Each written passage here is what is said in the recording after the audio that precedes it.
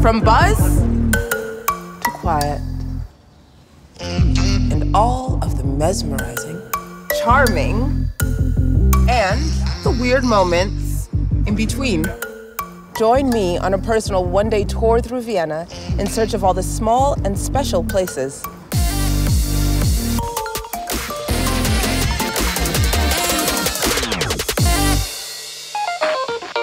For me, nothing makes a Saturday more perfect than beginning it here at the flea market at Naschmarkt. This is Vienna, if not Austria's most famous flea market.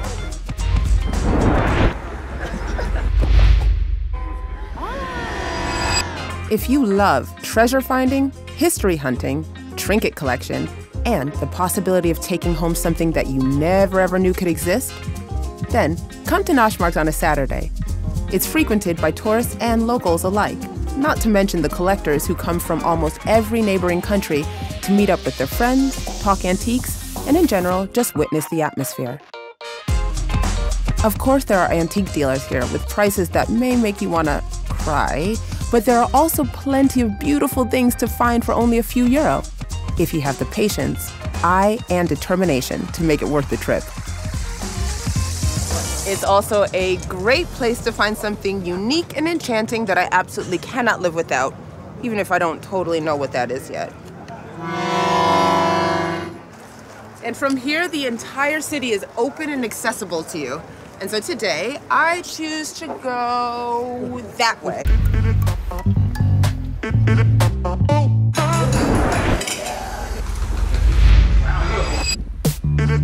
This is the Freihausviertel in the 4th district.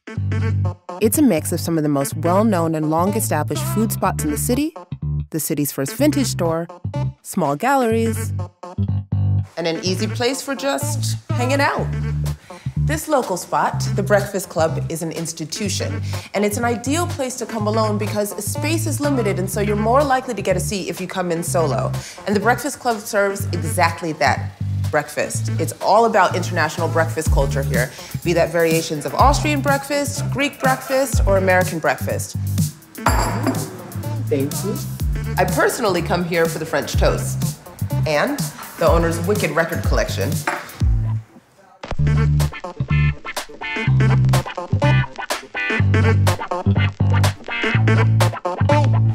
All right, so I have eaten, I've shopped, I've taken in a little bit of a busy scene, and now I'm ready to bring a little bit more solitude into my personal day. I love a mix of natural beauty and outstanding architecture. And lucky for me, Vienna as a city provides both.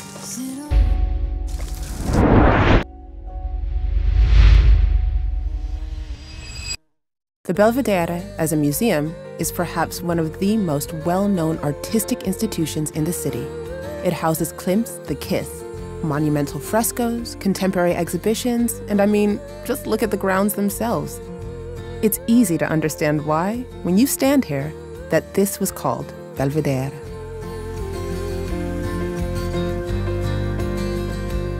The view is one of the most impressive in a city full of magical views. And enjoying this and taking it in is an experience that requires no company or companionship. Just yourself, your eyes, your ears, and a bit of time. The University of Vienna's Botanical Garden, here on the grounds of the Belvedere, can make you forget for a moment that you're in the center of a city. Let alone in a garden attached to a palace. There are endless amounts of both local and exotic plants and flowers.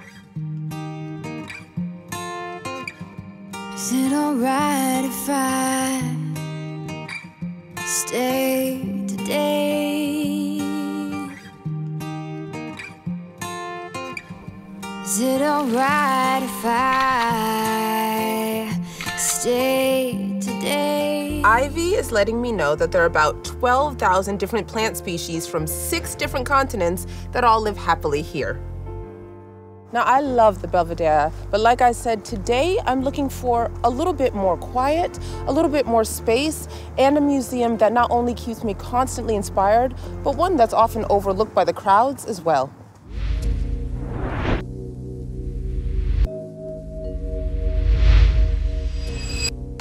Maybe it was with that in mind that they created their off-site museum, Belvedere 21. By far one of my favorite museums in the city. Its focus is contemporary art, and that feeling can be found both with the art on display and through the architecture of the space itself. For me, the space alone helps me feel clear and at ease.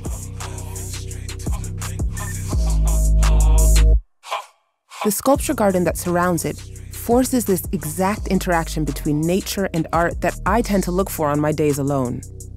The pavilion is award-winning, and it's easy to see, or to feel, why. You always leave here feeling as though you've experienced the exact perfect amount of art. Never too much, never too little. Instead, just satiated, relaxed, inspired, and happy. The Belvedere 21 is directly next to the main train station, and from here, it's a quick distance via the subway U1 to one of the city's most up-and-coming and culturally diverse areas, Favoriten, the 10th district, and it's there that I've got one special thing I want to show you.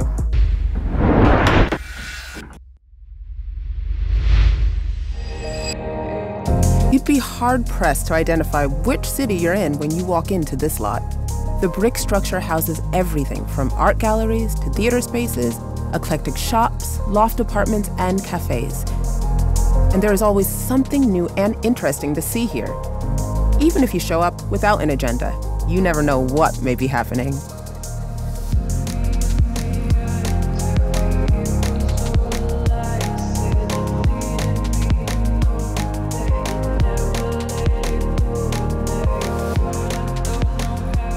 All right, I'm not gonna lie, my feet are tired. I'm feeling a little bit lazy. However, I'm not quite ready to end my day alone yet. Because before that, I'm going to the movies.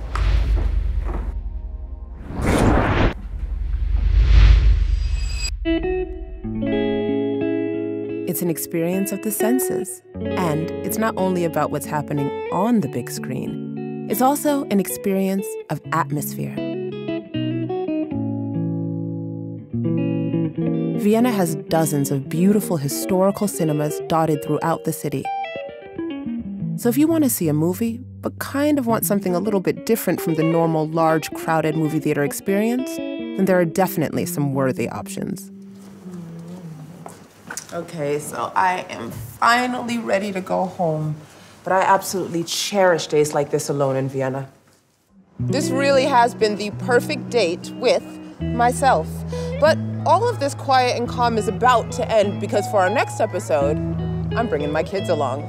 You can go to our channel and hit subscribe to see more. And until then, I'm Medea. Servus and love from Vienna. Bye.